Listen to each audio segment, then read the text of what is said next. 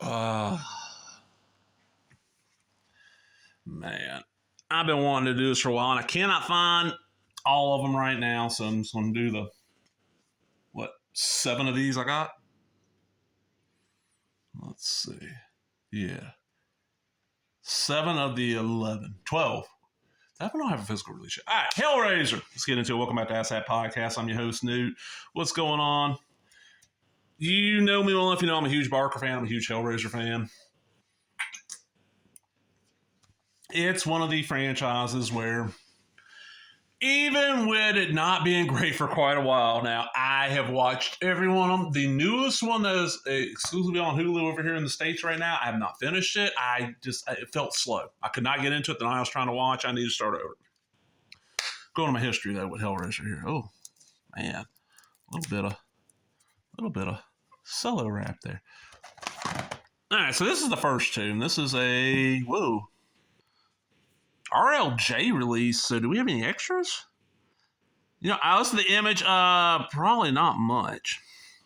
One of the most original and memorable horror movies, LA Times. Prepare to go to hell and back in. It's double feature installment of the most iconic horror franchise of all time for horror master Clive Barker. See how it all began as classic original Hellraiser, Pinheads, who introduced the world in the equally brilliant Hellbound sequel that proves there are no limits. All right, the first one. It's 2 discs. The first one is, Larry's married to Claire? Julia. Kirsty's stepmom. They just got remarried. And they move into the old family house where you find out that the stepmom had an affair with the dad's brother, we find out dead and been ripped up by the Cenobites because he solved the puzzle, and she's got to throw blood on this mattress and it brings him back. And then the Cenobites come to find him, Frank, trying to get Frank back to hell. And that's when we get all the Cenobite stuff. And the Cenobites are barely in this one. Amazing film based on the story. The story's really cool too. I love the hell out of it. I've owned this thing on VHS, Laserdisc, DVD, Blu-ray. I owned it multiple times on VHS and DVD. I never had to pay. I've owned it on multiple formats. Love it, love it, love it. Then we get to the second one, and this is where I'm kind of like, oh man, I don't really like this second one. Most of your people are going to like the first Hellraiser film the most, because it is the first. But there's a good amount of people that really love this second one. I think it's the better of the two films. To me, it didn't work because part of it is it's just kind of, and I get that there's a different continuity between the books and the comics and the movies. It's just some of the rules and stuff set up in the novella are ignored in this. And it just felt like too much. My thing is that the Cenobites are not supposed to be the main focus. They're just there. And this is when they become, and the reason I own this one, because I own all these on DVD too, the reason I own this one on Blu-ray, the second one on Blu-ray, is because it came in this pack, and this was extremely cheap. I got it for Christmas, so that's those 2. Now, I do have 3 on Blu-ray. I don't know where my copy is. I got it on DVD too. I don't have the VHS anymore. So the next batch of these I got, and this was extremely, extremely cheap. This is Bloodline, which is 4, Inferno, which is 5, Hellraiser, which is 6, and Hellworld, which is 8. So let's go through these. Okay, Bloodline. The work print is better. Still not a great movie. It's what got this franchise kicked out of theaters, and I don't blame theaters for not wanting to show it after, because that movie's not good. But people rave about, it's good. Okay. Inferno was the first one where I realized what I want out of a Hellraiser film and what most of the fans want is 2 different things, because when this came out, it came out on video, and the video store I rented from didn't get a copy. And I don't remember Best Buy having a copy on the shelf, because I would have bought it, and somebody I know had rented it, and they're like, oh man, it sucks. Pinhead's only in it for 3 minutes. I'm like, oh. And I'm like, wait a minute. He's only in the first one. What? So I went out and rented it, and holy hell, this movie is great. It's a very dark, twisted Twilight Zone episode, basically, that there's nobody to cheer for. And so if you want somebody to cheer for you, it's not the film for you. All right, that's 5. It's Inferno. 6, Hellseeker. This is the return of Ashley Lawrence's Kirsty. And it has, the Mr. Mayhem guy from the insurance commercials. He's in it. I know him from Rescue Me is what I know him from. And he was on, Oz, I think. This one is similar to Inferno, but you got Kirsty in it. It's not as good, but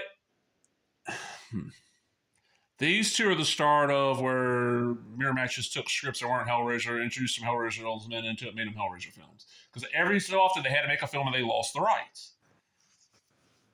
This one's okay. This is one where, yeah, direct-to-video is perfect. Inferno is one where I tell people, if you're a Hellraiser fan, go watch it. It's really good. Just, go in knowing it's closer to the original film than 2, 3, 4.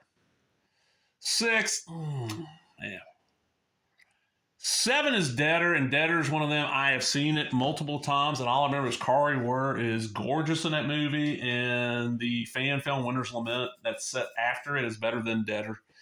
Then we get Hell World, where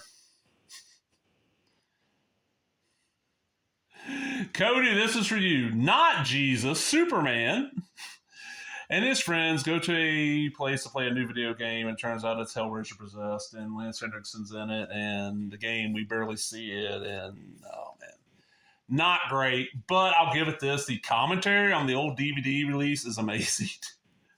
I know, but and this is one where, this is what, Echo Bridge, you can find this cheap. Like, I don't think it's, damn, I didn't realize it was all of them on one disc. I forgot about that. There's better releases, but out of the pack, I mean, yeah, Inferno and Hellseeker are worth seeing. The other two, at least they didn't have Deader on here. I would trade Bloodlines for Part 3. I don't know. All right, so after that, and I mentioned, 3, which I didn't show, that's the Hell on Earth, Buddy Mine's in it. I enjoyed it.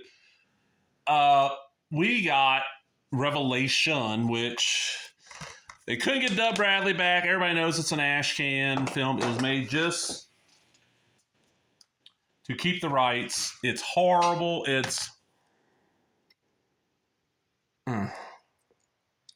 I own it on DVD, and I did not get it until I found it used at Blockbuster and paid like a couple of bucks. And it's, oh man, it's just not good. Well, so when the next one, because that new one is kind of a remake. This one, when this was being announced, I hadn't even heard it. Thankfully, Cody LL told me. This came out in what? 2016. God, almost 10 years ago. This is Judgment. This is the second one without Doug Bradley. This is actually good. Imagine if David Lynch was asked to, hey, why don't you write like a 3-page outline for a Hellraiser sequel?